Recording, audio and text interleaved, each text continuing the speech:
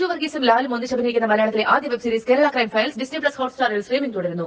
മികച്ച വിലയിൽ മികച്ച പ്രോപ്പർട്ടികൾ കാണിച്ചു തരുന്ന ഒരു അടിപൊളി പ്ലാറ്റ്ഫോം ഇതാ. ഇനി കമ്മീഷനില്ല, കൂട്ടി പറയുന്ന വിലകളുമില്ല. ലോഗിൻ ചെയ്യൂ tittitara.com. പത്മനാഭന് കിട്ടിയിട്ടുള്ള ആഭരണങ്ങളൊക്കെ സൂക്ഷിച്ചു വെക്കുന്ന നിലവറയ്ക്കകത്ത് കയറാൻ അങ്ങേക്ക് പോലും കഴിഞ്ഞത് ഒരു പക്ഷേ സുപ്രീം കോടതി വിധി വന്നത്. അങ്ങനെ ഒരു വിധി വന്നോണ്ട്, അല്ലെങ്കിൽ എനിക്കും അറിയില്ലായിരുന്നു അവിടെ എന്തൊക്കെയാണ്. ഞാൻ പണ്ട് അമ്മയടുത്തും വല്യമ്മ അതൊക്കെ എന്താ അതിൻ്റെ അകത്തൊക്കെ എന്താണെന്ന് അറിയില്ല, പണ്ടേ അടച്ചിട്ടിരിക്കുകയെന്ന് പറയും. 1340 കോയിൻസ് ഒക്കെ ഉണ്ട് അകത്ത്, ഭഗവാന്റെ ഉദ്യാനങ്ങളൊക്കെ. നമ്മൾ ഒരിക്കലും പ്രതീക്ഷിക്കാത്ത ഷേപ്പും വർക്കും ഒക്കെയാണ്. പിന്നെ ഒരു സ്വർണത്തിലൊരു ചിരട്ട. പിന്നെ ഈ വാട്സാപ്പിൽ അതിൻ്റെ അകത്ത് മമ്മിയുണ്ട്, ഡാഡി ഉണ്ട്, അതൊക്കെ ചുമ്മാ അറിയുന്നത്. നിലവറയുടെ ഭിത്തിയില് ഇത്രയും പൊക്കത്തില് കല്ലില് നല്ലൊരു പാമ്പിനെ കുത്തി വെച്ചിട്ടുണ്ട്. മറ്റേ എമർജൻസി ലാമ്പ് വെച്ച് അടിച്ച് ശ്രീകോവിലാകമൊക്കെ കണ്ടിട്ടുണ്ട്. അപ്പൊ ഈ പുറവില് ഈ വെഞ്ചാപനം വീശുന്ന 2 സ്ത്രീരൂപങ്ങൾ എല്ലാം കടുശർക്കര വിഗ്രഹങ്ങൾ തന്നെയാണ്. 2 ലെയറിലാണ് മുകളിലിരിക്കുന്നത്. ബാക്കില് സൂര്യനും ചന്ദ്രനും അഗസ്ത്യമുനിയുടെ സമാധിയാണെന്നൊക്കെ പറയുന്നുണ്ട്. അത് ബി നിലവറയ്ക്ക് അകത്തൂടെ ഒരു തുരങ്കം പോലെ വന്ന് മെയിൻ ശ്രീകോവിലിന്റെ അടിയിലോട്ട് പോകുന്നു ഇങ്ങനെ കഥ കേൾക്കുന്നുണ്ട്. കണ്ടു തീർക്കാൻ പറ്റിയിട്ടുണ്ടാവില്ല അല്ലേ? തോഴിമാരൊക്കെ ഉണ്ടാവും. ഇപ്പൊ റാണിക്ക് തന്നെ പോകണമെങ്കിൽ തോഴിമാരുണ്ടാവും. വല്യമ്മന്റെ കാലത്ത് ഒരാൾക്ക് 3 പേര് വെച്ച് ഓരോ സമയത്തെ കൊണ്ടത് കേട്ടിട്ടുണ്ട്. താങ്കളുടെ പഠിത്തം, രാജകുടുംബാംഗം പുറത്തുപോയി പഠിക്കുക എന്ന് പറയുന്നത് മുമ്പ് സാധ്യമായിരുന്നില്ല. അച്ഛൻ സ്കൂളിൽ കൊണ്ടുവിടും. കുട്ടികൾ ചോദിക്കും രാജാവാണോ, കിരീടമുണ്ടോ, വാളെവിടെ. ഫ്രണ്ട്സിനെയൊക്കെ അപ്പൊ ഉള്ളിലേക്ക് കൊണ്ടുവരുന്നതൊക്കെ ഞാൻ സ്കൂളിൽ നിന്ന് വരുമ്പോൾ എന്റെ കാലത്ത് തന്നെ കൊണ്ടുവരും. കോളേജ് വിട്ട് വരുന്ന വഴിക്ക് അതിൻ്റെ അകത്ത് ഒരു 10, 25, 30 പേര് കാണും. ഞാൻ ഏറ്റവും ഫ്രണ്ടിൽ തന്നെ ഇരിക്കും. ബാക്കി എല്ലാവരും ഇട്ടിച്ച് പുറകിലിരുന്ന്. ഇപ്പോഴും എനിക്ക് ഓർമ്മയുണ്ട്, ഓട്ടോഗ്രാഫിൽ ഒരു ഫ്രണ്ട് എഴുതുന്ന V will never forget your Varma travels എന്ന്. പബ്ലിക്കിന് അവകാശപ്പെട്ടത് ആണോ അത് പത്മനാഭന്റെ ആണ്? നമ്മളൊരു അമ്പലത്തിൽ പോയി കാണിക്കയിടുകയാണ്, അത് നമുക്ക് തിരിച്ച് ക്ലെയിം ചെയ്യാൻ പറ്റുമോ? പറ്റില്ല. ഇതെല്ലാം അതുപോലത്തെയാണ്. ഇവിടെ ഈ പത്മനാഭസ്വാമി ക്ഷേത്രം മാത്രമേ ഉള്ളൂ. ഫൈനാൻഷ്യലി സ്ട്രോങ് ആയിട്ടുള്ള ഒരുപാട് ഇൻസ്റ്റിറ്റ്യൂഷൻസ് ഉണ്ടല്ലോ. ഇതിന് പത്മനാഭസ്വാമി അമ്പലത്തിന്റെ മാത്രം ആൾക്കാർ പറയുന്നു. തിരുവിതാംകൂർ രാജകുടുംബാംഗം ശ്രീ ആദിത്യവർമ്മയാണ് നമുക്കൊപ്പം ഉള്ളത്. നമസ്കാരം സർ. നമസ്കാരം സർ. ഈ കവടിയാർ കൊട്ടാരത്തിനകത്തേക്ക് നമുക്ക് കയറാൻ പറ്റില്ല. അപ്പൊ സാർ ഒരു വീഡിയോ ചെയ്തിട്ട് നിങ്ങൾ ഈ കണ്ടിട്ടില്ലെങ്കിൽ കണ്ടോളൂ എന്ന് പറഞ്ഞിട്ട് കാണിച്ചു കൊടുക്കുന്നുണ്ട്. അതുകൊണ്ട് എനിക്ക് ഭയങ്കര സന്തോഷം തോന്നി. ഈ ഒരു അടഞ്ഞ ഗേറ്റിന്റെ പുറത്തു നിന്ന് മാത്രം കാണുന്ന ഞങ്ങൾക്ക് ഇതിനകം കാണാൻ പറ്റി. എന്തായിരുന്നു അതിന്റെ ഒരു ഇന്റൻഷൻ അങ്ങനെ കാണിച്ചു കൊടുക്കാൻ? ശ്രീ പത്മനാഭസ്വാമി ക്ഷേത്രം നഗരത്തിന്റെ കഥ എന്ന് പറഞ്ഞൊരു ഗ്രൂപ്പുണ്ട്. അപ്പൊ അതിങ്ങനെ ഒരുപാട് പേരിങ്ങനെ ചോദിച്ചിട്ടുണ്ട്, കൊട്ടാരത്തിനകത്ത് കാണാൻ പറ്റുമോ? നമ്മൾ പറയുന്നുണ്ട് ഇത് ഞങ്ങളുടെ താമസിക്കുന്ന സ്ഥലമാണ്. ഞാൻ ഉൾപ്പെടെ ജനിച്ചത് ഇവിടെ തന്നെയാണ്. അന്നത്തെ കാലത്ത് ഹോസ്പിറ്റൽ എക്യുപ്മെന്റ്സ് എല്ലാം ഇവിടെ വന്ന് എൻ്റെ വല്യമ്മ തൊട്ട് ഞാൻ വരെ ഇവിടെയാണ് ജനിച്ചത്. അപ്പം അങ്ങനത്തെ ഒരു സ്ഥലം വെച്ചാൽ പബ്ലിക് പ്ലേസ് ഒരു മ്യൂസിയം. അപ്പം അതുകൊണ്ട് കുറച്ച് റെസ്ട്രിക്ഷൻ വെച്ചിട്ടുണ്ട്. പിന്നെ അത്യാവശ്യം അറിയുന്നവര് വരികയാണെങ്കിൽ നമ്മൾ കാണാറുണ്ട്. അതുകൊണ്ടാണ് ഇപ്പൊ ഒരുപാടവർക്ക് ഇതിൻ്റെ അകത്ത് കൗതുകമായിട്ട് എന്താ ഉള്ളത്, കവടിയാർ കൊട്ടാരം എന്ന് പറയുമ്പോൾ മൈസൂർ പാലസ് പോലെ വലുതാണോ? അതിന്റെയൊക്കെ അപേക്ഷ വളരെ ചെറിയൊരു കൊട്ടാരമാണ് ഇത്. 1930s വെച്ചൊരു കൊട്ടാരമാണ്. അപ്പൊ ഇവരുടെയൊക്കെ ഒരു ക്യൂരിയോസിറ്റി കൂടുതലായതുകൊണ്ട് അതെ, കാണാനുള്ള ഭാഗങ്ങൾ ഷൂട്ട് ചെയ്യാൻ പറ്റുന്ന സ്ഥലങ്ങൾ നമ്മൾ അനുവദിച്ചാണ് ഞാൻ ചെറിയൊരു വീഡിയോ ചെയ്തത്. ഇത്രയും ആൾക്കാർക്ക് റീച്ച് ആവുന്നോ ഇഷ്ടപ്പെടുന്നോ ഞാനിപ്പോ വിചാരിച്ചില്ല. എന്തായാലും കണ്ട് നല്ല അഭിപ്രായങ്ങൾ പറഞ്ഞ എല്ലാവർക്കും എന്റെ സന്തോഷം ഞാൻ ഒന്നുകൂടെ പറയുന്നു. പത്മനാഭദാസന്മാരാണ് രാജാക്കന്മാരൊക്കെ. പത്മനാഭദാസയാണ്. അപ്പോൾ സാറും പത്മനാഭന്റെ ദാസനാവുന്നത് എത്രാം വയസ്സ്? 1 വയസ്സിൽ. 1 വയസ്സ് പിറന്നാൾ കഴിഞ്ഞിട്ട് അവിടെ നമ്പി, അമ്പലത്തിലെ നമ്പി ദിവസം കുറിച്ചിട്ട് അവിടെ ചെറിയൊരു ഈ പുളിയിലക്കര നേരിയതുണ്ടല്ലോ, പുളിയിലക്കര നേരിയ മുണ്ടാണ്, അത് വിരിച്ചിട്ട് ആൺകുട്ടികളെല്ലാം അവിടെ മണ്ഡപത്തിൽ കിടത്തും. ഒറ്റക്കൽ മണ്ഡപത്തിൽ കിടത്തും. അടിമ കിടത്തുകയെന്ന് പറയും. എന്നിട്ട് അദ്ദേഹം പൂജാരി അകത്തുനിന്ന് പറഞ്ഞിട്ട് അരിയിട്ട് തലയിൽ ഇട്ടിട്ട് പത്മനാഭദാസൻ. അത് കഴിഞ്ഞ പിന്നെ പത്മനാഭദാസനാണ്. അതായത് നമ്മൾ രാജാവായിരുന്നത് പോലെ ഒരു ഇൻസ്റ്റിറ്റ്യൂഷന്റെ ഭാഗമാവുകയാണോ? അങ്ങനെയാണോ? അതെ, പത്മനാഭദാസൻ എന്നുള്ളൊരു ടൈറ്റിലായി. പിന്നെ ഹെഡ് ഓഫ് ദി ഫാമിലി ആകുമ്പോഴാണ് മെയിൻ ആളാവുന്നത്. അല്ലാതെ ഇപ്പോഴ് മൊണാർക്കി അല്ലല്ലോ. പണ്ടായിരുന്നെങ്കിൽ അപ്പൊ ജൂനിയർ രാജാവ്, ഇളയ രാജാവ്, അങ്ങനെയൊക്കെ ഓരോ സ്ഥാനങ്ങളുണ്ടായിരുന്നു. അപ്പൊ പിന്നെ വലിയ തമ്പുരാൻ, ഇപ്പോഴത്തെ ഹെഡ് ഓഫ് ദി ഫാമിലി എന്ന് പറയുന്നത് വലിയ തമ്പുരാൻ. എന്റെ അമ്മാവൻ, അമ്മയുടെ അനിയൻ മൂലം രാമവർമ്മ. അതായത് പണ്ടുണ്ടായിരുന്ന ഒരു പോസ്റ്റിന്റെ പോലെ തന്നെയാണ് ഇതും. അതെ, പണ്ടും തന്നെ മഹാരാജാവ് ആവാൻ ഉള്ളതിന്റെ മുന്നോടിയായിട്ടുള്ളതാണ് അടിമകടത്തിൽ. അടിമകടത്തിയ ആൾക്കാർക്ക് മാത്രമേ വലിയ തമ്പുരാൻ ആവാൻ പാടുള്ളൂ. അപ്പൊ അന്നൊക്കെ ആയിരുന്നെങ്കിൽ ഒരുപാട് കസ്റ്റംസ് ഇപ്പോ തോഴിമാരൊക്കെ ഉണ്ടാവും. ഇപ്പൊ റാണിക്ക് തന്നെ പോകണമെങ്കിൽ തോഴിമാരുണ്ടാവും, പരിചാരകർ ഒരുപാട്. അതുകൊണ്ടാണ് എനിക്ക് തോന്നുന്നു വല്യമ്മാന്റെ കാലത്ത് ഒരാൾക്ക് 3 പേര് വെച്ച് ഓരോ സമയത്തേക്ക് കൊണ്ട് അത് കേട്ടിട്ടുണ്ട്. അല്ല, 7 പേര് തോഴിമാരുടെ ലിസ്റ്റിലുണ്ടാവും, 4 പേര് പുറത്തും, 3 പേര് അകത്തും എന്നാണ്. അങ്ങനെയൊക്കെ കേട്ടിട്ടുണ്ട്. അകത്ത് കയറാൻ അവകാശമുള്ളത്, അനുവാദമുള്ളത് 3 പേർക്കാണ്. പുറത്ത് പിന്നെ പണ്ട് വീശാൻ വേണ്ടി 2 പേര് നിൽക്കും. ഇലക്ട്രിസിറ്റി ഒന്നും ഇല്ലല്ലോ. അതെ അതെ. അപ്പൊ ആ കാലത്തിന്റെ പിന്തുടർച്ചയാണ് ഇപ്പോ അന്നും. പക്ഷെ നമ്മൾ മാറി ജനാധിപത്യത്തിലേക്ക് വന്നു. അപ്പോൾ വിദ്യാഭ്യാസമൊക്കെ പുറത്തേക്ക് പോവേണ്ടി വരുന്നു. അപ്പൊ അതിനു മുമ്പുള്ളവരൊക്കെ വിദ്യാഭ്യാസത്തിരുന്നത് കൊട്ടാരത്തിനകത്ത് തന്നെയാണ്. അമ്മയും വല്യമ്മയും ഒക്കെ ഇവിടെ പാലസിനകത്ത് തന്നെ ഒരു ബിൽഡിങ്ങിലാണ് പരീക്ഷയൊക്കെ 10ാം ക്ലാസ് വരെ എഴുതിയത്. കോളേജിൽ അവര് വിമൻസ് കോളേജിൽ പോയി, നമ്മുടെ ഇവിടുത്തെ വിമൻസ് കോളേജ്. പക്ഷെ 10ാം ക്ലാസ് വരെ അവർ സ്കൂളിൽ പോയിട്ടില്ല. വെളിയിലുള്ള ആൾക്കാരുമായിട്ടൊരു മിക്സും എന്നുവെച്ചാൽ വെളിയിൽ വിടൂലല്ലോ. ഇവിടുത്തെ തിരുവനന്തപുരത്തെ സുഹൃത്തുക്കളുടെ വീടുകളിലോ ഇവിടുത്തെ കടകളിലോ അങ്ങനെയൊന്നും പോയിട്ടില്ല. പിന്നെ ഇവിടെ ഒരു സ്കൂൾ ഹൗസ് എന്ന് പറഞ്ഞൊരു വീടുണ്ട്. അവിടെയാണ് അന്നത്തെ ഗവൺമെന്റ് അതൊരു സെന്റർ ആക്കിയിട്ട് ഇവരെ ഒറ്റയ്ക്കിരുത്തി അവിടെ വെച്ചാണ് അവര് SSLC എഴുതിയത്. പഴയ സിക്സ്ത് ഫോം എന്നല്ലേ പറയുന്നത്. അന്ന് SSLC അവിടെ വെച്ചാണ് എഴുതിയത്. ഈ ഇപ്പോൾ വിമൻസ് കോളേജിന്റെ ചരിത്രം പറയുമ്പോൾ തന്നെ അതിനകത്ത് സേതുലക്ഷ്മി ഭായിയാണ് ഈ സ്ത്രീകൾക്കുള്ള വിദ്യാഭ്യാസത്തിന്റെ ലോ വിദ്യാഭ്യാസമായാലും ഇപ്പോൾ അന്നാചാണ്ടിക്ക് പോലുള്ളവർ ആ ലെവലിലേക്ക് വളർന്നത് ലോ വിദ്യാഭ്യാസം വിമൻസ് കോളേജിൽ വന്നതിന് ശേഷമാണ്. അത്തരത്തിലുള്ള ഒരുപാട് പ്രവർത്തനങ്ങൾക്ക്, അതേപോലെ തന്നെ ചിത്തിര തിരുനാളാണ് ടെമ്പിൾ പ്രൊക്ലമേഷൻ പോലെയുള്ള വലിയൊരു ഒരു എന്താ പറയാ, നമ്മൾ ഒരിക്കലും ചരിത്രത്തിൽ വിസ്മരിക്കാൻ പാടില്ലാത്തൊരു കാര്യമൊക്കെ ചെയ്തത് 1936 നവംബർ 12 ആണെന്ന് തോന്നുന്നു. ഈ ചരിത്രത്തിലൂടെയൊക്കെ വായന കുറവാണെന്നാണ് തോന്നുന്നത്. എനിക്ക് വായന കുറവാണ്. പക്ഷെ ഈ ചരിത്രമൊക്കെ എല്ലാവരും പറയും. കൂടുതലും വിഷ്വലാണ് എനിക്ക് ഇഷ്ടം. പോയി സ്ഥലങ്ങൾ കാണുക, കണ്ടുപിടിക്കുക. ഇപ്പോൾ ക്ഷേത്രപ്രവേശം വിളംബരം പറഞ്ഞുകൊണ്ട് അന്ന് അദ്ദേഹം അവിടെ അമ്പലത്തിന്റെ വെളിയിൽ ഒരു ബോർഡ് വെച്ചിട്ടുണ്ടായിരുന്നു, ഹിന്ദു മതവിശ്വാസികൾക്ക് പ്രവേശനം. ഹിന്ദുക്കൾക്കെന്ന് മാത്രമല്ല പറഞ്ഞിരുന്നത്. അന്ന് അങ്ങനെയാണ് ഇംഗ്ലീഷിൽ എഴുതി വെച്ചിട്ടുണ്ട്, believers of Hinduism R permitted inside. അന്ന് ഇതൊരു ഭയങ്കര ഒരു വിഷൻ, അന്നത്തെ കാലത്ത് അതൊരു വലിയൊരു വിഷനായിട്ടാണ് നമുക്ക് തോന്നുന്നത്. ഹിന്ദുക്കൾക്ക് മാത്രം എന്ന് പറയുന്നില്ല, ഹിന്ദു മതവിശ്വാസികൾ എന്നാണ് പറയുന്നത്. ഇപ്പോഴും എനിക്ക് തോന്നുന്ന ഈ സുപ്രീം കോടതി കേസൊക്കെ വന്നല്ലോ, അന്നത്തെ അഡ്മിനിസ്ട്രേഷൻ ബോർഡൊക്കെ എടുത്ത് മാറ്റി. ബോർഡൊന്നും ഇല്ല. ഇപ്പൊ ഹിന്ദുക്കൾക്ക് മാത്രമായി. അതെ, സ്ട്രിക്റ്റ് ആണ്. ഇപ്പൊ ഹിന്ദുക്കൾക്ക് മാത്രമേ പ്രവേശനമുള്ളൂ. ബോർഡ് വെച്ചിരുന്നെങ്കിലും എന്താ അറിവില്ലാതെ ഒരുപാട് പേര് പോയിട്ടുണ്ട്. പക്ഷെ അറിഞ്ഞുകൊണ്ട് ആ ഹിന്ദുക്കളെ അകത്ത് പ്രവേശനം സമ്മതിക്കില്ല. ഫോറിനേഴ്സൊക്കെ വന്ന് ഒരുപാട് പേര് തിരിച്ചു പോകുന്നുണ്ട്.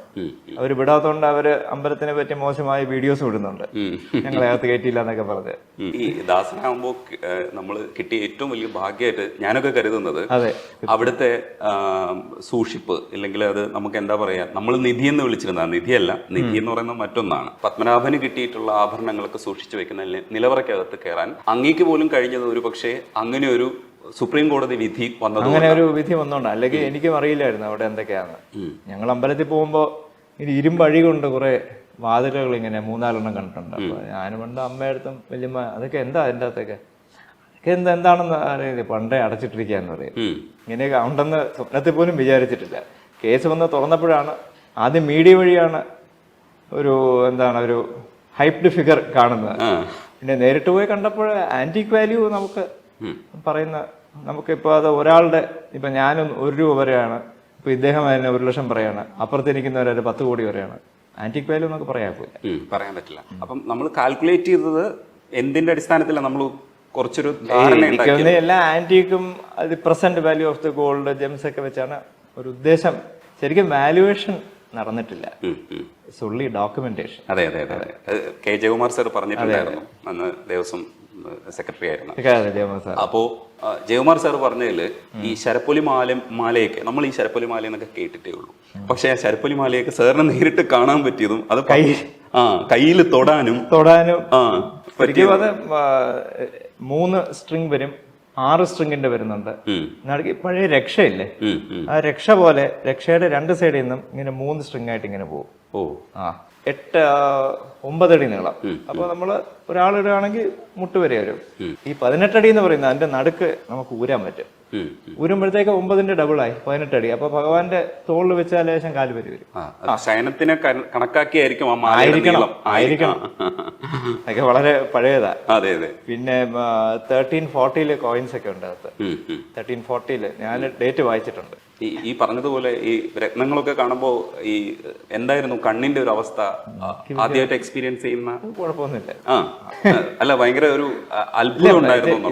അതിന്റെ ചെയ്തിരിക്കുന്നതിന്റെ വർക്ക്മാൻ അത് എത്ര സൂക്ഷിച്ച് ചെയ്തിരിക്കുന്നു, അത് അതിശയം തന്നെയാണ് അന്നത്തെ കാലത്ത്. കണ്ടു തീർക്കാൻ പറ്റിയിട്ടുണ്ടാവില്ല അല്ലേ? ഇനി ഒരെണ്ണം തുറന്നിട്ടില്ലല്ലോ. അപ്പോൾ തുറന്നത് വെച്ച് എല്ലാം അടുക്കി നമ്മളെ സ്റ്റീൽ ഇട്ടിട്ട് ഇത് കേടുവരാതിരിക്കാൻ വേണ്ടി എയർ പ്രഷറൊക്കെ കൺട്രോൾ ചെയ്ത് വെച്ചിട്ടുണ്ട്. അത് 3 മാസത്തേക്ക് തുറന്ന് നമ്മൾ ഇൻസ്പെക്ട് ചെയ്യാറുണ്ട്. നമ്മൾ ഇരുമ്പ് പെട്ടി തുറക്കില്ലല്ലോ, തുറക്കും. തുറന്ന് പേഴ്സണലായിട്ട് ഇടയ്ക്ക് റാൻഡമായിട്ട് ഇതെല്ലാം നോക്കും. കുഴപ്പമുണ്ടോ, സേഫ് ആയിട്ട് ഇരിപ്പുണ്ടോ എന്നുള്ളത്. ഇരിപ്പുണ്ട്. എക്സ്പേർട്സ് ആരെങ്കിലും വരും അന്നത്തെ, അല്ലെങ്കിൽ കമ്മിറ്റി. ഞാൻ പോയിട്ട് ഇപ്പോ കഷ്ടി 2 പ്രാവശ്യം നോക്കിയിട്ടുള്ളൂ. ഇനിയിപ്പോ അടുത്ത നോക്കേണ്ട സമയം ആയി വരുന്നു. ഈ ആദ്യം കാണുന്ന സമയത്ത് ക്യൂരിയസ് ആയിട്ട് ഈ ആഭരണങ്ങളൊക്കെ നമ്മൾ ഈ കൊട്ടാരത്തിൽ പലതരത്തിലുള്ള അതേപോലത്തെ ഡിസൈൻസ് ഒക്കെ കാണുമെങ്കിലും ഇതെല്ലാം ഇങ്ങനെ ഇത് കൊട്ടാരത്തിന്റെ ഇത് ഗിഫ്റ്റ് കിട്ടുന്നതാണല്ലോ, പത്മനാഭന് ഗിഫ്റ്റ് കിട്ടുന്നതാണല്ലോ. അപ്പൊ ഇതൊന്നും കാണാനുള്ള സാധ്യത ഉണ്ടായിരുന്നിരിക്കില്ല. ഇല്ലെങ്കിൽ ചിലതൊക്കെ വെരി റെയർ സാധനങ്ങളുണ്ട്. ഭഗവാന്റെ ഉദ്യാനങ്ങളൊക്കെ നമ്മൾ ഒരിക്കലും പ്രതീക്ഷിക്കാത്ത ഷേപ്പും വർക്കും ഒക്കെയാണ്. പിന്നെ ഒരു സ്വർണത്തിലൊരു ചിരട്ട ഫുൾ ഗോൾഡാണ്. അത് കയ്യിൽ വെക്കുകയാണെങ്കിൽ ഇങ്ങനെ ഫുൾ ഗോൾഡാകുമ്പോൾ സ്റ്റഡി ആയിട്ട് നിൽക്കില്ല. അങ്ങനത്തെ ചില സാധനങ്ങളൊക്കെ ഉണ്ട്. പിന്നെ ഇപ്പോൾ ഈ വാട്സാപ്പിൽ ഇവര് എൻ്റെ അകത്ത് മമ്മിയുണ്ട്, ഡാഡി ഉണ്ട്, അതൊക്കെ ചുമ്മാ അറിയുന്ന. പിന്നെ പാമ്പുണ്ട്, പാമ്പിന്റെ ചിത്രത്തിലുള്ള പൂട്ടുണ്ട്. പിന്നെ നമ്മൾ എന്തെങ്കിലും മ്യൂസിക് വായിച്ചാലേ അത് തുറക്കൂ, അങ്ങനെയൊന്നുമില്ല. അതൊക്കെ വെറും കഥകളാണ്. പാമ്പിന്റെ ചിത്രം കുത്തിയിട്ടുണ്ട്. നിലവറയുടെ ഭിത്തിയില് ഇത്രയും പൊക്കത്തില് കല്ലില് നല്ലൊരു പാമ്പിനെ കൊത്തി വെച്ചിട്ടുണ്ട്. അല്ലാതെ ഒന്നുമില്ല. പിന്നെ ഈ അഗസ്ത്യമുനിയുടെ സമാധി പറയുന്നുണ്ട്. അത് ബി നിലവറയ്ക്ക് അകത്തൂടെ ഒരു തുരങ്കം പോലെ വന്ന് മെയിൻ ശ്രീകോവിലിന്റെ അടിയിലോട്ട് പോകുന്നു ഇങ്ങനെ കഥ കേൾക്കുന്നുണ്ട്. പിന്നെ സമാധി ക്ഷേത്രങ്ങളിൽ അഗസ്ത്യമുനിയുടെ സമാധി ഇവിടെയാണെന്ന് പണ്ട് പുരാണത്തിൽ പറഞ്ഞായിട്ടും കേട്ടിട്ടുണ്ട്. അപ്പൊ അവിടെ ആയിരിക്കാം. നമ്മൾ ഒന്ന് കാണാത്തപ്പോഴല്ലേ കൂടുതൽ കഥകൾ ഇങ്ങനെ വെളിയെ വരുന്നത്. തള്ളിക്കളഞ്ഞൂടെ, അഗസ്ത്യമുനിയുടെ സമാധി ഉണ്ടാവാം. ഈ എ നിലവറയെ കുറിച്ചും ബി നിലവറയെ കുറിച്ചും ഒരുപാട് വാർത്തകൾ പ്രചരിച്ചിട്ടുണ്ടായിരുന്നു. അപ്പോൾ ഏറെക്കുറെ നമ്മൾ ചില കഥകൾ വായിക്കും പോലെയായിരുന്നു അതിന്റെ ഒരു വിവരണമൊക്കെ യൂട്യൂബിൽ. ഇതൊക്കെ കാണുന്ന സമയത്ത് ഒറിജിനൽ കണ്ടതാണല്ലോ, അപ്പൊ എന്താ തോന്നുന്നത്? നമ്മള് കണ്ടു കഴിഞ്ഞിട്ടാണ് കഥകൾ വരുന്നത്. പിന്നെ ഒരിക്കലും ഓരോരുത്തർ കാണാത്തവർ കഥ പറയുമ്പോൾ ചിരി തോന്നുന്നു. ഇങ്ങനെ കാണാത്തവർക്ക് ഇങ്ങനെ നല്ല ഇമാജിനേഷൻ ഉള്ള ആൾക്കാരാണ്. ആ സമയത്ത് തന്നെ ഒരു ഡിസ്കഷൻ വന്നതായിരുന്നു ഈ ഇതിനെ സംബന്ധിച്ച് എന്ത് നിലപാടെടുക്കണം എന്നതിനെ സംബന്ധിച്ച്. സുപ്രീം കോടതിയിലേക്ക് പോകുന്നു. അത് പബ്ലിക്കിന് അവകാശപ്പെട്ടത് ആണോ, അത് പത്മനാഭന്റെ ആണ് ഓൾറെഡി. പക്ഷെ പബ്ലിക്കായിട്ടുള്ള ചില ആവശ്യങ്ങൾക്ക് വേണ്ടി ഇത് ഉപയോഗിച്ചാൽ എങ്ങനെയായിരിക്കും എന്നുള്ളൊരു ഡിസ്കഷൻ വന്നിട്ടുണ്ടായിരുന്നു. ആ സമയത്തൊക്കെ മനസ്സിലെന്തായിരുന്നു ഒരു ചെറുപ്പം എന്നുള്ള എങ്ങനെയായിരുന്നു ചിന്തിച്ചത്? നമ്മളൊരു അമ്പലത്തിൽ പോയി കാണിക്കയിടുകയാണ്, ആരായാലും അത് നമുക്ക് തിരിച്ച് ക്ലെയിം ചെയ്യാൻ പറ്റുമോ? പറ്റില്ല. ഇതെല്ലാം അതുപോലത്തെയാണ്. കാണിക്കയായിട്ട് സമർപ്പിച്ച സാധനങ്ങളാണ് ഇതെല്ലാം. അത് എന്നും പത്മനാഭന്റെ സ്വത്ത് തന്നെയാണ്. അത് തന്ത്രിയും എല്ലാവരും കൂടി അത് പൊതു ഡെവലപ്മെന്റിന് ഉപയോഗിക്കണം എന്നൊക്കെ പറയുന്നത് എങ്ങനെയാ? ഇവിടെ പത്മനാഭസ്വാമി ക്ഷേത്രം മാത്രമേ ഉള്ളൂ. വേറെ എത്രയോ ഫൈനാൻഷ്യലി സ്ട്രോങ് ആയിട്ടുള്ള ഒരുപാട് ഇൻസ്റ്റിറ്റ്യൂഷൻസ് ഉണ്ടല്ലോ. എന്തിന് പത്മനാഭസ്വാമി അമ്പലത്തിന്റെ മാത്രം ആൾക്കാർ പറയുന്നു? പക്ഷേ തീർച്ചയായിട്ടും നമുക്ക് ഇത് വെച്ചുകൊണ്ട് നമുക്ക് നല്ല നല്ല കാര്യങ്ങൾ ചെയ്യണം എന്ന് കോടതി പറഞ്ഞിട്ടുണ്ട്, ഓപ്ഷൻ തന്നിട്ടുണ്ട്. അതിന്റെ 3-4 ഡിസ്കഷനൊക്കെ നടക്കുന്നുണ്ട്. ഒന്നും ഇതുവരെ ഫൈനലായിട്ടില്ല. എന്നാൽ ഇത് അമ്പലത്തിൽ നിന്ന് പുറത്ത് കൊണ്ടുപോകാൻ സമ്മതിക്കാൻ പാടില്ല എന്നാണ് തന്ത്രി ഉൾപ്പെടെ എല്ലാവരുടെയും അഭിപ്രായം. ഇവിടെ വെച്ച് തന്നെ നമുക്കിത് എങ്ങനെ ഗുണപ്പെടുത്താം. ഒരുപാട് ഒരു മ്യൂസിയം തുടങ്ങണമെന്ന് പറഞ്ഞിട്ടുണ്ട്. അപ്പോഴിത് 3D മ്യൂസിയം നല്ലൊരു കോൺസെപ്റ്റാണ്. 3D ഇമേജസ് മാത്രം വെളിയിൽ കൊണ്ടുപോയിട്ട് ബാക്കി, അല്ലെങ്കിൽ അമ്പലത്തിന്റെ അകത്ത് വെക്കുകയാണെങ്കിൽ ഇതുപോലെ എല്ലാ ആൾക്കാർക്കും അകത്ത് കാണാൻ പറ്റില്ല. അപ്പൊ അതിന്റെയൊക്കെ ഒരു സംഭാഷണങ്ങൾ നടന്നു വരുന്നുണ്ട്. എന്തായാലും അത് പൊതുവിൽ കാണാൻ പറ്റുന്ന ഒരു അവസ്ഥ ഉണ്ടാവും. പൊതുവിൽ അത് സംസാരം നടക്കുന്നു. സത്യത്തിൽ ഇത് കാണിക്കുന്നതിന് കുഴപ്പമില്ല, പക്ഷെ പുറത്തേക്ക് കൊണ്ടുവരുന്നതിനാണ് ലിമിറ്റേഷൻ. കാണിക്കുന്നതെന്ന് വെച്ചാൽ എവിടെ വെക്കും, അതിന്റെ സെക്യൂരിറ്റി എങ്ങനെയാണ്. ഇന്നത്തെ കാലത്ത് ടെക്നോളജി പെട്ടെന്ന് വളർന്നു വരുന്നൊരു കാലമല്ലേ. സെക്യൂരിറ്റി ആംഗിളും കൂടെ നോക്കിയിട്ട് കമ്മിറ്റി തീരുമാനിച്ചിട്ട് എന്തെങ്കിലും ഒരു തീരുമാനത്തിൽ അധികം താമസിക്കാതെ തന്നെ ഒരു തീരുമാനം ഉണ്ടാക്കാനാണ് ഉദ്ദേശിക്കുന്നത്. തീരുമാനമെടുക്കും. ഈ സുപ്രീം കോടതിയുടെ നിർദ്ദേശങ്ങളിൽ അകത്ത് നിന്നുകൊണ്ടുള്ള ഒരു തീരുമാനം. അതേപോലെ തന്നെയാണ് താങ്കളുടെ പഠിത്തം. രാജകുടുംബാംഗം പുറത്തു പോയി പഠിക്കുക എന്ന് പറയുന്നത് മുമ്പ് സാധ്യമായിരുന്നില്ല. അപ്പോൾ ചേട്ടന്മാരൊക്കെ പോയിട്ടുണ്ട്. ആ ഞാൻ നമ്മുടെ തലമുറയിൽ ഏറ്റവും യങ്ങസ്റ്റാണ് ഞാൻ. അപ്പൊ ആദ്യം അമ്മാവനും സ്കൂളിൽ പോയിട്ടില്ല, എല്ലാം മാറി മനസ്സിലാണ് പോയത്. അമ്മയും വല്യമ്മയും വിമൻസിൽ പോയി. ചേട്ടനും ചേച്ചിയുണ്ട്, വല്യമ്മയുടെ മകള് ചേച്ചിയുണ്ട്, പിന്നെ എൻ്റെ ഓൺ ബ്രദറുണ്ട്, പിന്നെ വല്യമ്മയുടെ മകനുണ്ട്. ഞങ്ങൾ 4 പേരാണ് ഞങ്ങളുടെ തലമുറയിലുള്ളവര്. ഞങ്ങൾ 4 പേരും സ്കൂളിൽ പോയിട്ടുണ്ട്. അപ്പൊ എങ്ങനെയായിരുന്നു ഈ എന്ന് വെച്ചാൽ മുൻപെന്ന് പറഞ്ഞ ഒരു 6-7 പേരില്ലാതെ പുറത്തിറങ്ങാൻ പറ്റില്ലായിരുന്നു. അപ്പോൾ ഈ കാലഘട്ടത്തിൽ ആ പ്രശ്നങ്ങൾ ഇല്ലാതെ അച്ഛൻ സ്കൂളിൽ കൊണ്ടുവിടും. ഞാൻ ആദ്യം 2ാം ക്ലാസ്സിലാണ് അടുത്തുള്ള സ്കൂൾ തന്നെ, നിർമ്മല ഭവനില്. അപ്പൊ അന്ന് യൂണിഫോം ഞാൻ ഇടൂലെന്ന് വഴക്കായിരുന്നു. 2ാം ക്ലാസ്സിൽ എനിക്കിപ്പോഴും ഓർമ്മയുണ്ട്, ഒരു കളർ ടീഷർട്ട് ഇട്ട് ഉച്ചവരെ പോവും. 2ാം ക്ലാസ് എന്താ സംഭവിച്ചു, പ്രിൻസിപ്പൾ സംഭവിച്ചു, ഉച്ചവരെ പോവും, തിരിച്ചു വരും, പിന്നെ പോവില്ല. 3ാം ക്ലാസ് ആയപ്പോഴത്തേക്ക് ഫുൾ യൂണിഫോമില് ഷൂ ഒക്കെ ഇട്ട് പോവും. അപ്പോൾ പിന്നെ എല്ലാ കുട്ടികളാണല്ലോ, കുട്ടികൾ ചോദിക്കും രാജാവാണോ, കിരീടമുണ്ടോ, വാളെവിടെ, ക്യൂറിയസ് കൊച്ചു കുട്ടികൾ. അവിടെ ടീച്ചറും പറയും അടിക്കൊന്നും ചെയ്യില്ല, രാജാവാണ്, പൂട്ടിയിട്ടുള്ള തമാശക്കൊക്കെ പറയും. ഞാനും പിന്നെ അന്നും രാജാവാണെന്നും പറഞ്ഞ് നമ്മളങ്ങനെ ആൾക്കാരത്തും ഉണ്ടായിരിക്കുമോ, അങ്ങനെ ഒരു ഡിസ്റ്റിങ്ഷനോട് എനിക്ക് പണ്ടുതൊട്ടേ അങ്ങനെ പെരുമാറുന്ന ഇഷ്ടമല്ല. സാധാരണക്കാരനായിട്ട് പിന്നെ സ്കൂളിൽ പഠിച്ചപ്പോൾ കുറച്ചുകൂടെ ആൾക്കാർക്ക് ഈ ആറാട്ടും കുറച്ചുകൂടെ നോളജ് വന്നപ്പോൾ ആൾക്കാർ ക്യൂറിയസ് ആയിട്ട് ചോദിക്കും കൊട്ടാരം എവിടെയാണ്, കൊട്ടാരത്തിൽ ആരൊക്കെ ഉണ്ട്. അങ്ങനെ അത്യാവശ്യം കുറച്ച് ഫ്രണ്ട്സൊക്കെ വന്ന് വീട്ടിൽ വന്ന് ഇവിടെ കണ്ടിട്ടുണ്ട് പാലസൊക്കെ. പൊതുവെ എല്ലായിടത്തും വലിയ കുഴപ്പമൊന്നുമില്ലായിരുന്നു, എല്ലാവരും വളരെ സ്നേഹത്തോടെ തന്നെയാണ് അങ്ങോട്ടും ഇങ്ങോട്ടും പെരുമാറിയിട്ടുള്ളത്. അല്ല, ഫ്രണ്ട്സിനെയൊക്കെ അപ്പോൾ ഉള്ളിലേക്ക് കൊണ്ടുവരുന്നതൊക്കെ ഞാൻ സ്കൂളിൽ നിന്ന് വരുമ്പോൾ എൻ്റെ കാറിൽ തന്നെ കൊണ്ടുവരും. കുട്ടിയായിരുന്നു. അപ്പം ഇവിടെ റെസ്ട്രിക്ഷൻ ഇല്ലാതെ ഇല്ല, അത് കുഴപ്പമില്ല. വല്യമ്മയൊക്കെ ഉണ്ട്. അപ്പൊ വല്യമ്മ ചിലപ്പോൾ ഉറങ്ങുന്ന സമയമാണെങ്കിൽ അമ്മയൊക്കെ പറയും അമ്മൂമ്മ വല്യമ്മ ഉണർത്തരുത്, ബഹളം ഉണ്ടാക്കാതെ പോകണമെന്നൊക്കെ പറയും. അപ്പൊ അന്ന് പണ്ട് അംബാസഡർ കാറായിരുന്നു, ഇതുപോലത്തെ പഴയൊരു അംബാസഡർ ഉണ്ടായിരുന്നു. അതിൻ്റെ അകത്തൊരു 8-9 പേര് കാണും ചിലപ്പോൾ വരുമ്പോഴേ. പിന്നെ കുട്ടികളല്ലേ എല്ലാം നിറഞ്ഞിരിക്കും.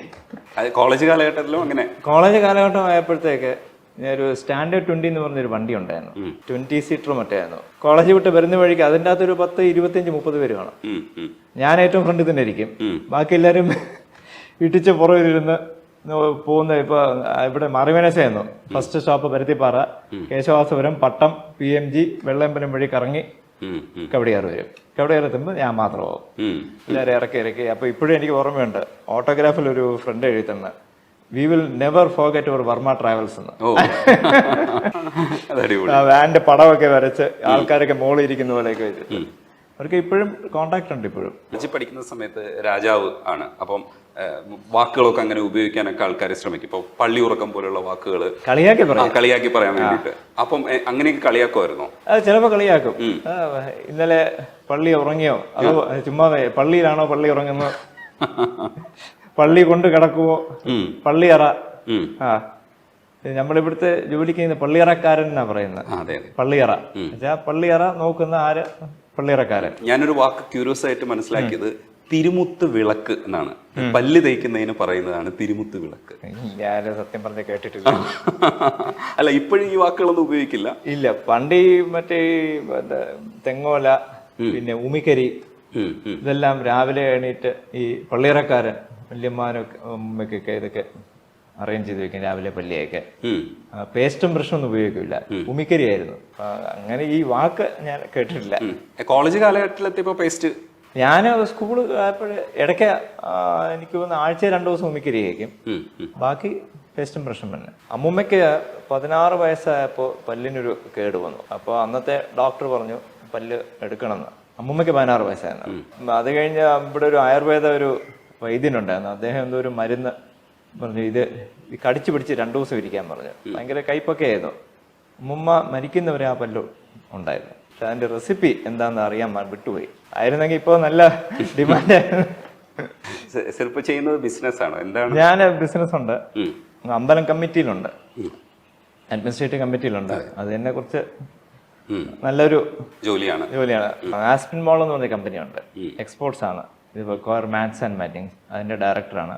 പിന്നെ കുറച്ച് സ്പോർട്സിലോട് കമ്പമുള്ളതുകൊണ്ട് എനിക്കൊരു ബാഡ്മിന്റൺ കോർട്ടൊക്കെ ഉണ്ട്, കബഡിയാറ് തന്നെ 5 ഇൻഡോർ കോർട്ടുണ്ട്. ഞാനും അല്പം കളിക്കും. പിന്നെ ഫോട്ടോഗ്രാഫിയിലും കുറച്ച് താല്പര്യം. ഫോട്ടോഗ്രാഫി കുറച്ച് താല്പര്യമുണ്ട്. ഒരിക്കൽ ഒരു എക്സിബിഷൻ നടത്തി. പിന്നെ കഴിഞ്ഞ വർഷത്തിന് മുമ്പേ കോവിഡ് സമയത്ത് ആദി കൈലാസ് യാത്ര നടത്തി. അപ്പൊ അതിന്റെ ഒരു ബുക്ക് ഏകദേശം പ്രിന്റ് ചെയ്ത് റെഡി ആയിട്ടുണ്ട്. അത് മിക്കവാറും അടുത്ത മാസം പുറത്തിറക്കാനുള്ള ഒരു ഐഡിയ ആണ്. വൈഫിനും ഫോട്ടോഗ്രാഫി ഇൻട്രസ്റ്റ് ഉണ്ട്. അതേപോലെ കുട്ടികൾ എന്താണ് ചെയ്യണത്? കുട്ടികളിപ്പോ BSc ഫിസിക്സിന് ചേരാനുള്ള ഐഡിയ ആണ്. അവരുടെയൊക്കെ വിദ്യാഭ്യാസം അവര് സ്കൂളിൽ തന്നെ അവര് നഴ്സറി തൊട്ടേ സ്കൂളിൽ പോയി. ഏത് ടൈപ്പ് ഓഫ് സ്കൂളിൽ? അവര് നഴ്സറി കഴിഞ്ഞിട്ട് 1ാം class Nirmala Bhavan, from 1 to +2 Nirmala Bhavan. ഞാൻ സ്റ്റേറ്റ് സിലബസിലാക്കിയത്. അതെന്തുകൊണ്ട് അങ്ങനെ ഒരു ഡിസിഷൻ എടുത്തു? അവർക്ക് ഇടയ്ക്ക് നിർമ്മല ഭവൻ 8ാം ക്ലാസ് വരെ അവരുടെ വേറൊരു സിലബസാണ്. CBSE പോലത്തെ നല്ല സ്റ്റാൻഡേർഡ് സിലബസാണ്. അപ്പോൾ അവരുടെ അടുത്ത് ഒരു 5ാം ക്ലാസ് 6ാം ക്ലാസ് ചോദിച്ചു ഡോക്ടർ എഞ്ചിനീയർ വല്ലതും ആവണമെന്ന്. പറഞ്ഞു വേണ്ടെന്ന്. പിന്നെ ഇതല്ലെങ്കിൽ പിന്നെ ഈ വെറുതെ ഈ കൂടിയ സിലബസ് പഠിച്ചിട്ട് അവരെ കൂടുതൽ ബുദ്ധിമുട്ടിപ്പിക്കേണ്ടെന്ന് വിചാരിച്ചിട്ട് സ്റ്റേറ്റ് സിലബസാണ്. അപ്പോൾ SSLCയും സ്റ്റേറ്റ്, ഇപ്പൊ +2 കഴിഞ്ഞു, അതും സ്റ്റേറ്റ് ആണ്. ഇനിയിപ്പോൾ അടുത്ത BSc ഫിസിക്സ്. അവർക്ക് അത് കഴിഞ്ഞ് MScക്ക് പോകണം. സാർ ഏതുവരെ പഠിച്ചേ? ഞാൻ BCom പ്ലസ് കമ്പ്യൂട്ടറിന്റെ ഒരു PGDCA പഠിച്ചു. അത് കഴിഞ്ഞതിന് ശേഷം നേരിട്ട് ബിസിനസ്സിലേക്ക്. അതിനുശേഷം പിന്നെ കുറച്ച് കാർ മെക്കാനിസം പഠിക്കാൻ പോയി TVSൽ മധുരയില്. അത് അവിടെ ഫാക്ടറിയിലായിരുന്നു. കറക്റ്റ് 7:45 എത്തണം, യൂണിഫോം ഒക്കെ ഇട്ട്.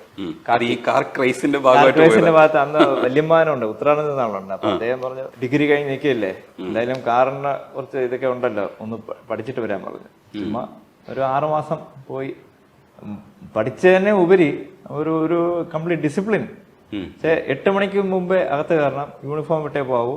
കറക്റ്റാണ്. ഓരോ സാറിന് അടിക്കുമ്പോൾ 8 മണിക്ക് കയറിയ 10 മണിക്ക് കാപ്പി, കറക്റ്റ് 12 മണിക്ക് ലഞ്ച്.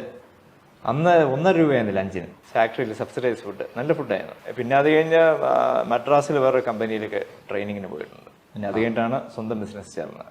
ഇപ്പോൾ ഇടയ്ക്ക് ഞാൻ ഡൽഹിയിലെ 2 വസ്തുക്കളെ കുറിച്ച്, ഒരു 12 ഏക്കർ വസ്തുവിനെ കുറിച്ചൊരു കേസിനെ കുറിച്ച് ഇങ്ങനെ വാർത്ത വന്നിട്ടുണ്ടായിരുന്നു. ഈ വിട്ടുകൊടുത്ത ഇൻസ്റ്റിറ്റ്യൂഷൻസ് തുടങ്ങിയതാണ് ഈ കൊട്ടാരത്തിന്റെ, അല്ലെങ്കിൽ തിരുവിതാംകൂറിന്റെ ഒരു ചരിത്രം, കൊട്ടാരത്തിന്റെ ഒരു പാലസിന്റെ ചരിത്രം എന്ന് പറയുന്നത്. എന്തുകൊണ്ടാണ് ഇപ്പോൾ അങ്ങനെ ഒരു തർക്കം ഉന്നയിക്കാനുള്ളൊരു അടിസ്ഥാനം എന്തായിരുന്നു? അതിന്റെ കുറച്ച് പേപ്പർ ക്ലാരിഫിക്കേഷന് വേണ്ടി നമ്മൾ മിനിസ്ട്രി ഓഫ് ഹോമിൽ കൊടുത്തിട്ടുണ്ട്. അവരുടെ റിപ്ലൈ ഇതുവരെ കിട്ടിയിട്ടില്ല. അതിന് ഓണർഷിപ്പിന് വേണ്ടി. അത് അങ്ങനെ ഒരു ഡിസിഷൻ എടുക്കുന്നത് എന്തുകൊണ്ടാണ്? നമ്മൾ വിട്ടുകൊടുത്ത ഇൻസ്റ്റിറ്റ്യൂഷൻസ് ആണ് നമ്മൾ അല്ല, നമ്മൾ പേപ്പേഴ്സ് നോക്കിയപ്പോ അത് വിട്ടുകൊടുത്തതായിട്ട് കണ്ടില്ല. ഒരു പ്രോപ്പർ റെക്കോർഡ് കറക്റ്റായിട്ട് ഇല്ല, വിട്ടുകൊടുത്തു എന്ന്. ഇപ്പോഴ് ഇത് ഡൽഹി, എൻ്റെ അറിവ് ശരിയാണെങ്കിൽ അത് കേന്ദ്ര സർക്കാരിന്റെ സംരക്ഷണയിലാണ്. അപ്പൊ അതിന്റെ പേപ്പേഴ്സ് കറക്റ്റായിട്ട് എങ്ങനെയാണെന്ന് അറിയാൻ വേണ്ടിയാണ് കൊടുത്തിരിക്കുന്നത്. അതുകൊണ്ട് ക്ലിയർ ആയിട്ട് ഇതൊരു ഉത്തരവൊന്നും വന്നിട്ടില്ല. അത് വന്നു കഴിയുമ്പോൾ നമുക്കറിയാം. അത് വന്നതിന് ശേഷം ഒരു ഡിസിഷൻ എടുക്കാമെന്നാണോ? വരട്ടെ. അതിനു മുമ്പേ ഈ കോടതി കേസ് വിധി വരുന്നതിന് മുമ്പേ നമുക്ക് അഭിപ്രായം പറഞ്ഞുകൂടാ. അതുപോലെ ഒരു സബ് ജുഡീസ് കോടതി അല്ലെങ്കിലും we are waiting for a reply. ഈ ജനാധിപത്യത്തിലേക്ക് മാറി വരുമ്പോൾ കുറെ സംവിധാനങ്ങൾ ഇതേപോലെ ഒരു ക്ലാഷ് വരും. ഇപ്പൊ തന്നെ ജനാധിപത്യത്തിലേക്ക് വരുന്ന അവസ്ഥയിൽ ചെറിയ യൂണിയൻ പ്രവർത്തനമൊക്കെ ഈ പാലസിനുള്ളിൽ തന്നെ തുടങ്ങുന്നു. അങ്ങനെയാണല്ലോ ജനാധിപത്യത്തിലേക്ക് ഇത് പ്രവേശിക്കുക. അപ്പം ആ പ്രവേശിക്കുന്നതിന്റെ ഒരു കോൺഫ്ലിക്റ്റ് വരും. ഈ കോൺഫ്ലിക്റ്റ് വരുമ്പോഴത്തേക്ക് മനസ്സ് മുറിയും. അപ്പം തലമുറകളായിട്ട് അങ്ങനെ ഒരു കഥകളൊക്കെ കേട്ടിട്ടായിരിക്കും വളർന്നിട്ടുണ്ടാവുക. അന്നും അത് കേട്ടിട്ടുണ്ടാവും. അപ്പം അങ്ങനെ ഒരു കോൺഫ്ലിക്റ്റിന്റെ ഒരു കഥയൊക്കെ ഇപ്പോഴും മനസ്സിനകത്ത് അങ്ങനെ കിടപ്പുണ്ടോ? ഇല്ല, അതെല്ലാം മറന്നില്ലേ? നമുക്ക് അങ്ങനെയൊന്നും. നമുക്ക് എനിക്ക് എല്ലാ പാർട്ടിയിലുള്ള ആൾക്കാരും എൻ്റെ നല്ല സുഹൃത്തുക്കളാണ്. ഞാനങ്ങനെ ഒരു ഫോക്കസ് ചെയ്ത് ഇന്ന പാർട്ടി നല്ലത്, ഇന്ന പാർട്ടി ചീത്ത, അങ്ങനൊരു ഡിഫറൻസിയേഷൻ കാണാറില്ല. എല്ലാത്തിലും നല്ലവരുണ്ട്, രണ്ടഭിപ്രായം പറയാമല്ലോ. ഞാനങ്ങനെ ഒരു ഓപ്പൺ ആയിട്ടൊരു സർക്കാസ്റ്റിക് ആയിട്ടൊരു കമന്റ്സോ അങ്ങനെയൊന്നും പറയാൻ താല്പര്യമില്ല. അങ്ങനെ ഒന്നും പറയില്ല. രാഷ്ട്രീയം, ജനാധിപത്യത്തിൽ രാഷ്ട്രീയം ഇല്ലാതെ നമുക്ക് ജീവിക്കാൻ ഒക്കില്ലല്ലോ. ഇപ്പൊ എനിക്ക് ഇവിടെ ഏതെങ്കിലും ഒരു പാർട്ടി ഇഷ്ടമല്ല, അതുകൊണ്ട് ഞാൻ അവരോട് സംസാരിക്കില്ല, അങ്ങനെ പറഞ്ഞ കാര്യമില്ലല്ലോ. നമുക്ക് ഇവിടെ വളരെയാണെങ്കിൽ ഇവിടുത്തെ എല്ലാവരുമായിട്ട് ഒരു നല്ല രീതിയിൽ പോകണം. അല്ലെങ്കിൽ പിന്നെ നമ്മൾ വെളിയിൽ പോയിരുന്നിട്ട് ഇവിടുത്തെ ആൾക്കാരെ കുറ്റം പറയണം. ഇവിടെ ഇരുന്നിട്ട് ഇവിടുത്തെ ആൾക്കാരെ കുറ്റം പറയരുത്. അല്ല, പക്ഷെ ജനാധിപത്യത്തിന്റെ ചില പോരായ്മകൾ കാണുമ്പോ അത് രാജഭരണത്തിലും പോരായ്മകൾ ഉണ്ടല്ലോ. പാർട്ട് ഓഫ് ലൈഫ്, അതൊക്കെ മാറി വരും. മനു എസ് പിള്ള എഴുതിയ ഐവറി ത്രോൺസ് എന്ന് പറയുന്ന പുസ്തകത്തിനകത്ത് സേതുലക്ഷ്മി ഭായിയുടെ ഒരു പ്രോഗ്രസീവ്നെസ്സിനെ കുറിച്ച് ഒരുപാട് കാര്യങ്ങൾ പറഞ്ഞിട്ടുണ്ട്. അതായത് സാധാരണ ഒരു രാജകുടുംബാംഗം പെരുമാറും പോലെ ആയിരുന്നില്ല അതുവരെ പെരുമാറിയിരുന്ന പോലെ അല്ല പെരുമാറ്റവും. ഇപ്പോൾ കൊട്ടാരം വിട്ട് റാണിയുടെ മകൾ ആദ്യം പോകുന്നു, പിന്നെ റാണി തന്നെ ബാംഗ്ലൂരിലേക്ക് താമസം മാറ്റുന്നു, റീജൻസി കഴിഞ്ഞപ്പോൾ. അപ്പോൾ അങ്ങനെയൊക്കെ ഒരു കാലത്തിലൂടെ പോയ വ്യത്യസ്തമായിട്ടുള്ള ആളിനെ കുറിച്ചാണ് പറയുന്നത്. ഐവറി ത്രോൺസ് വായിച്ചായിരുന്നു? ഞാൻ സത്യം പറഞ്ഞാൽ വായിച്ചിട്ടില്ല. അമ്മ മുഴുവൻ വായിച്ചിട്ടുണ്ട്. പിന്നെ അത് ഹിസ്റ്ററി ലിബറേറ്റഡ് എന്ന് പറഞ്ഞൊരു ബുക്ക് അമ്മ എഴുതിയിട്ടുണ്ട്. ഈ ബുക്കിന്റെ അമ്മയ്ക്ക് യോജിക്കാൻ പറ്റാത്ത കാര്യങ്ങൾ ഈ ഹിസ്റ്ററി ലിബറേറ്റഡിൽ വെച്ച് അമ്മ ഒരു ബുക്ക് എഴുതിയിട്ടുണ്ട്. അദ്ദേഹം എഴുതിയ അദ്ദേഹത്തിന്റെ വേർഷൻ. അപ്പൊ അമ്മ ഈ ബുക്ക് എഴുതിയത് നമ്മുടെ റെക്കോർഡ്സിൽ നിന്ന് കിട്ടിയ നമ്മുടെ വേർഷൻ. ഇംഗ്ലണ്ടിലെ അദ്ദേഹം ആർക്കൈവ്സിലൊക്കെ നോക്കി എന്നൊക്കെയാണ് കേട്ടിരിക്കുന്നത്. അതിനെ കുറിച്ചുള്ള ഡിസ്കഷൻസ് നടക്കുമ്പോൾ എന്തായിരുന്നു? ഞാൻ അതിൽ വലിയ ആക്റ്റീവ് അല്ലായിരുന്നു. ഞാൻ പറഞ്ഞില്ലേ, ഇപ്പോൾ പുസ്തകം വായനയോ അധികം ഞാൻ അങ്ങോട്ട് പോയിട്ടില്ല. അമ്മയുടെ ഇംഗ്ലീഷ് ബുക്കൊക്കെ 3-4 നോക്കിയിട്ടുണ്ട്. അമ്പലത്തിനെ പറ്റി ബുക്ക് വായിച്ചിട്ടുണ്ട്. അത് പിന്നെ ഈ കോൺട്രവേഴ്സി ബുക്സ്, പിന്നെ ഈ ആവശ്യമില്ല ചാനൽ ചർച്ച, നമ്മൾ അഭിപ്രായം പറയും, ആങ്കറർ ഏതെങ്കിലും ഒരാളുടെ സൈഡ് പറയും. ഈ പറഞ്ഞു അമ്പലത്തിന്റെ കേസ് വന്നപ്പോഴേ ഒരു പ്രസിദ്ധമായ ഒരു ചാനലിൽ, ഇപ്പോഴും ആ ചാനലുണ്ട്, ഞാൻ പേര് പറയുന്നില്ല, അമ്പലത്തിനെ പറ്റി ചർച്ച.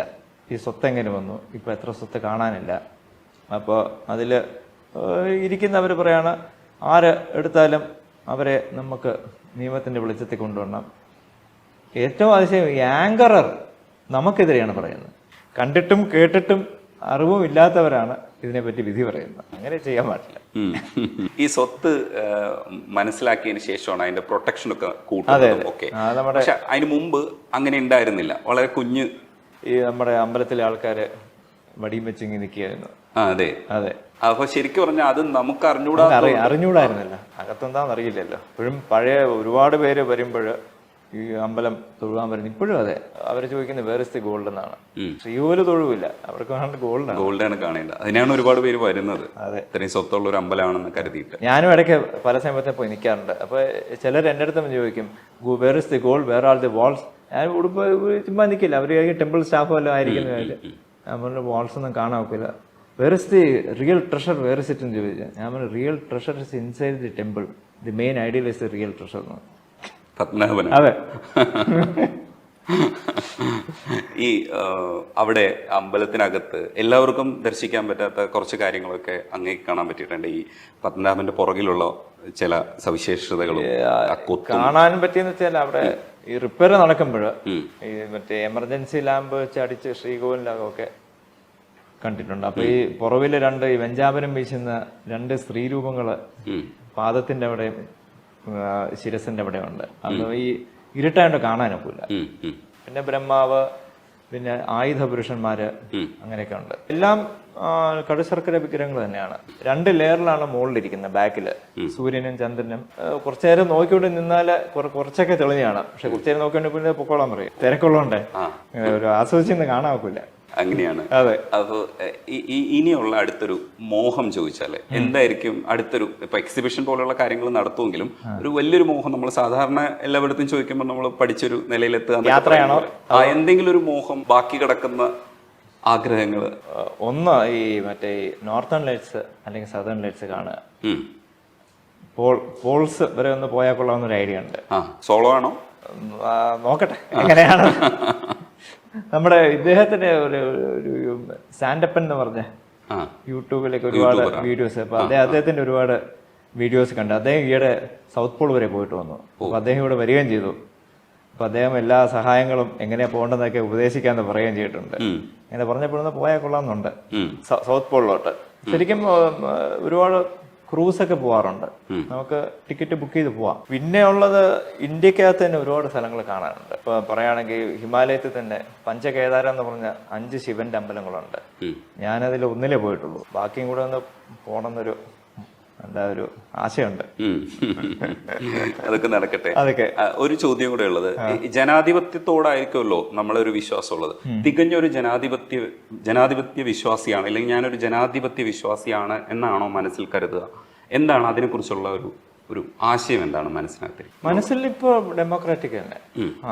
ആദ്യം ഫസ്റ്റ് ഓഫ് ഓൾ ഒരു ഈശ്വര വിശ്വാസിയാണ് ഞാൻ.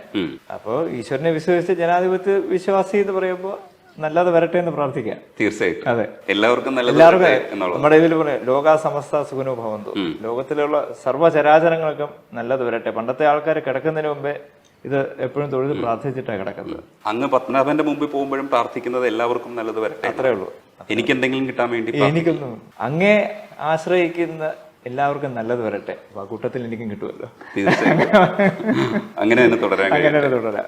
ആ വിശ്വാസം അങ്ങനെ തന്നെ തുടരട്ടെ. Thank you. Thank you. Aju വർഗീസും ലാലും ഒന്നിച്ചഭിനയിക്കുന്ന മലയാളത്തിലെ ആദ്യ web series Kerala crime files Disney plus ഹോട്ട്സ്റ്റാറിൽ സ്ട്രീമിംഗ് തുടരുന്നു. മികച്ച വിലയിൽ മികച്ച പ്രോപ്പർട്ടികൾ കാണിച്ചു തരുന്ന ഒരു അടിപൊളി പ്ലാറ്റ്ഫോം ഇതാ. ഇനി കമ്മീഷനില്ല, കൂട്ടി പറയുന്ന വിലകളുമില്ല. ലോഗിൻ ചെയ്യൂ tittara.com.